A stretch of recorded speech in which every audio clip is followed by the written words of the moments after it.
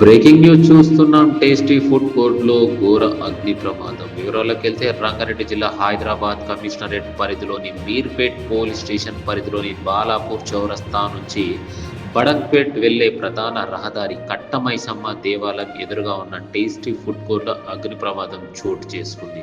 స్థానికుల సమాచారం మేరకు మీర్పేట్ పోలీసులు సంఘటన స్థలానికి చేరుకొని ఫైర్ సిబ్బందికి సమాచారం అందించారు.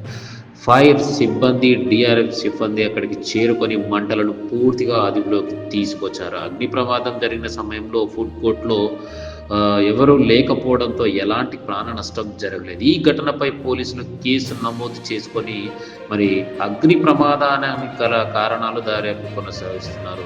మరి స్థానికంగా ఉన్నటువంటి కాలనీ వాసులు తెలుపుతున్నటువంటి సమాచారం ఏంటంటే, మరి ఎలాంటి పర్మిషన్ లేకుండా ఇలాంటి షెడ్లు ఎలా నిర్మిస్తారు?